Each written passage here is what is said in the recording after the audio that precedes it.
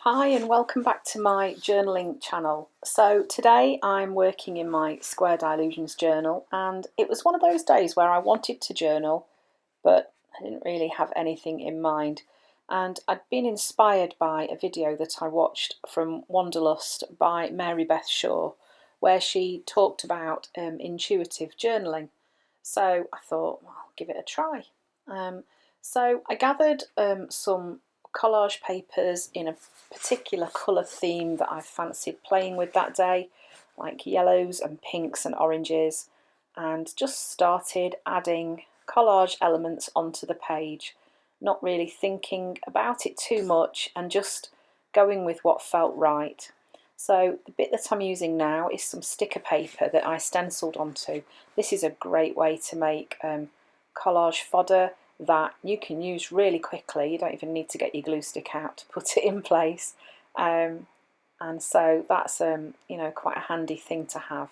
The rest of them, like bits of magazine images, parts of gel prints, pieces of old phone books that I found, music paper, old stamps that I've collected, all sorts of things. It just all went in there. If it was in the colour theme that I'd chosen, or it had got a bit of black and white in it, I was using it. So I added those onto the page really just to get started, and then this is something that Mary Beth Shaw suggested doing, and that's putting your paint out on a piece of paper that you can then use in the future as collage fodder. So I've started off with Dina Wakley blushing. I've also got some tangerine, lemon, and I think that is apricot. So my brush is quite wet. You can see that the paint's moving around quite easily, and I am literally just adding the paint onto the page, not really overthinking it. Then I've got my Stabilo all out, and I'm just adding some more circles and some lines and more marks in quite a scribbly, loose way. Now obviously the Stabilo pencil is water soluble, and so you can see it is starting to move when the paint hits it, but I wasn't really bothered about that. That doesn't matter. So I've used some of the paints, and then I've got a piece of paper, and I'm just dabbing it into the paint and then dabbing it onto the page. It's a different way of creating different marks. This is something that my dad found, and it is from some coffee pods. I think they're Nespresso pods, and I just thought, wow, fantastic shapes, that would make a good stencil shape, so I used that. Again, more doodling with the Stabilo pencil and some mark making as well.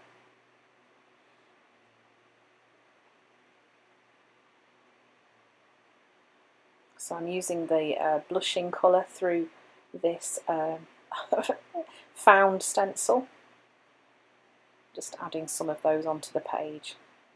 This is a Tim Holtz stencil, and I'm using white now, so I'm adding some white back into the page, just breaking up some of those areas of colour. And I really haven't got any plan for this, I'm just going with what feels kind of right.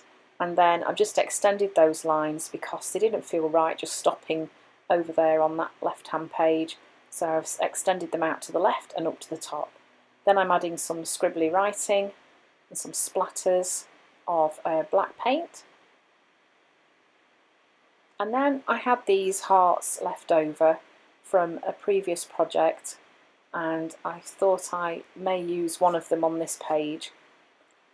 They are made using alcohol pens and isopropyl alcohol on Yupo paper, and then I've stitched round them on my sewing machine. So then I've just found a Tim Holtz quote, and I've just added it onto the heart, and then I'm just deciding where to put it. So I'm using some double-sided sticky tape, and it's going there. And there we go, that's the finished page. So a really great way to do some journaling when you really don't know what you want to do. Thank you for watching.